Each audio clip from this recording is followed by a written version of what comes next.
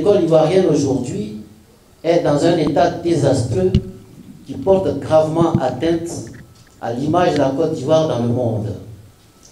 Toutes les études sérieuses sur l'école ivoirienne chutent invariablement sur cette conclusion.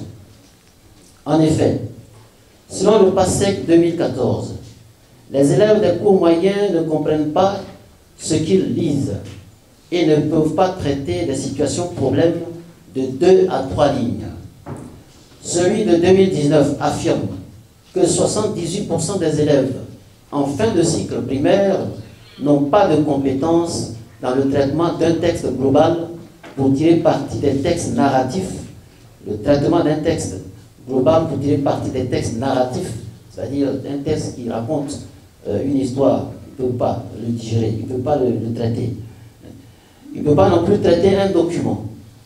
Une étude commandée par la Banque mondiale en 2015 rapporte que 47% des admis en 6e abordent la classe sans disposer des compétences attendues et 40% de ceux-ci ne terminent pas le premier cycle du secondaire. La situation est identique au niveau universitaire.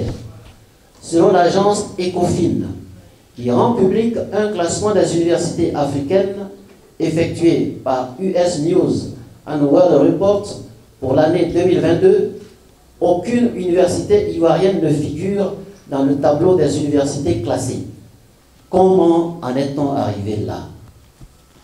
Pourquoi une école jadis de référence dans la sous-région, comme l'école ivoirienne, est-elle arrivée à un tel état de désagrégation? Les raisons principales, en notre sens, sont d'ordre politique. Les premiers coups sérieux portés à l'école ivoirienne sont l'œuvre de l'actuel chef de l'État, le commis parfait, nommé Premier ministre, avec pour mission de trouver le mécanisme pour rembourser la dette ivoirienne. Il n'avait trouvé d'autre solution que de réduire de manière drastique les chapitres budgétaires alloués aux services sociaux de base, dont l'école. C'est dans cette logique qu'il décida en 1991 d'aligner le salaire des enseignants sur la grille de la fonction publique.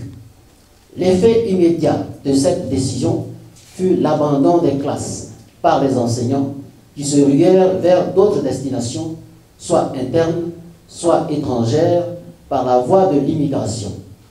Cette situation, venant s'ajouter à celle de la fermeture des internats quelques années plus tôt, annonça le début du déclin de l'école ivoirienne.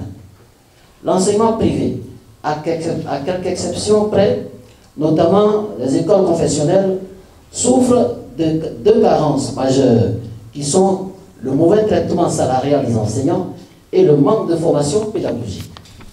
Quels sont donc ces problèmes d'ordre technique et structurel? Tout d'abord, la défaillance d'ordre structurel et didactique.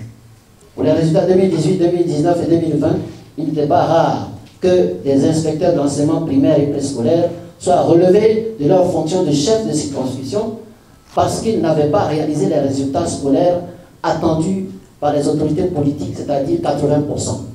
Le manque de rigueur avait repris cette loi. Les faibles résultats scolaires des sessions 2021 et 2022 relèvent d'une tentative du régime de corriger ce qui peut l'être encore de l'échec de l'école sous la gouvernance du régime.